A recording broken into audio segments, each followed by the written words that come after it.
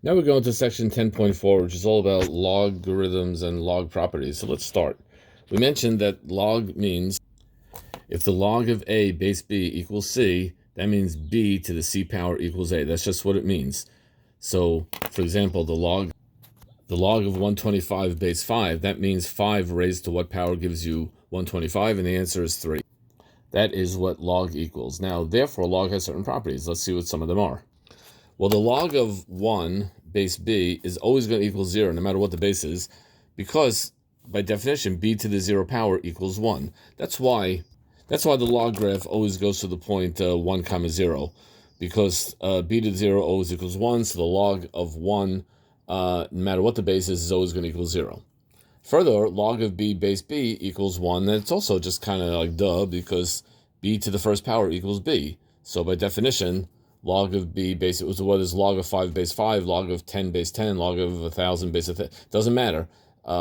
If it's always going to be 1. Now let's get to some more, again, definitional.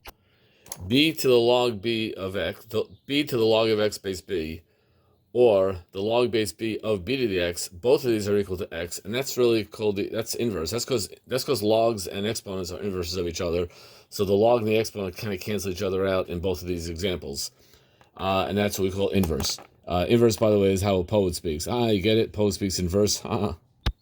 Now we have three very famous properties. The log of a product is equal to the sum of the logs. The log of a quotient is equal to the difference of the logs. And the log of a power is the power times the log. And I'm going to give you three examples of how this works. So the first one, that means that the ln, now ln, by the way, is just log base e. Ln x is just a short way of writing the log of x base e. I think ln, the n stands for natural, the natural logarithm.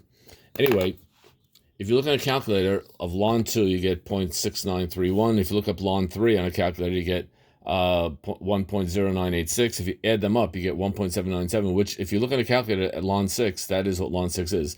So if you take ln 3 and you add ln 2, you get ln 6, and that's you could verify this on a calculator, because calculators have buttons to do logs and lns.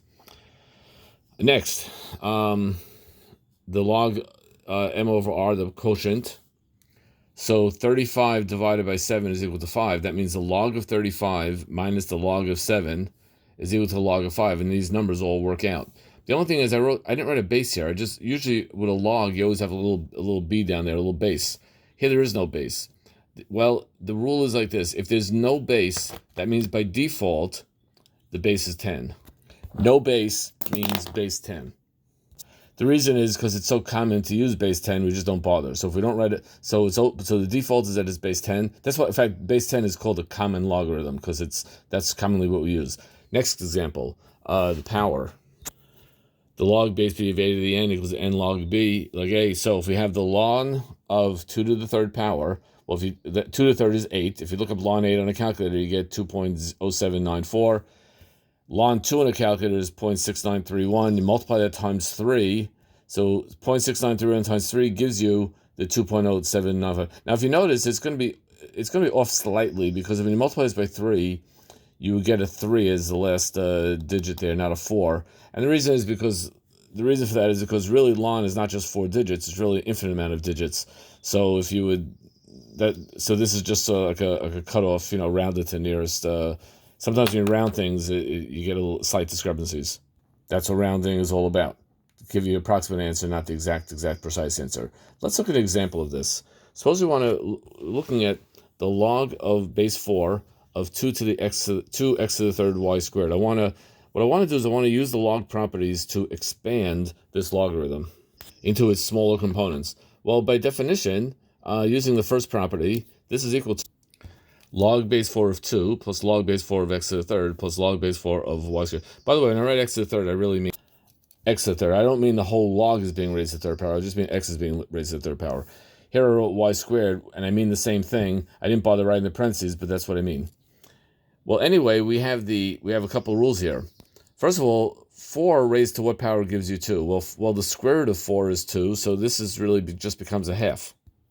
So that's why I get a 1/2 here. I could pull the 3 out because of the power property, and this becomes 3 log 4 of x. And then similarly, I pull the 2 out here, and this becomes 2 log 4 of y. First thing I want to do is sort of get rid of the radical. So I'm going to rewrite this. The fourth root is the same thing as this quantity to the fourth power, but I have my log power rule, and I can take the fourth and pull it out in front. So I now have 1/4 times this log, all to the base of 5. So I've rewritten this into this. I haven't even done the log yet, but I just rewritten things. Now I'm going to do a similar thing to what we did in the previous problem. I'm going to expand this middle part. I'm going to use the quotient rule now. So it's, now by the way, these big square brackets, there's no difference between the square brackets and the round brackets. I just made it square to make it a little more visual to see, but it means the same thing.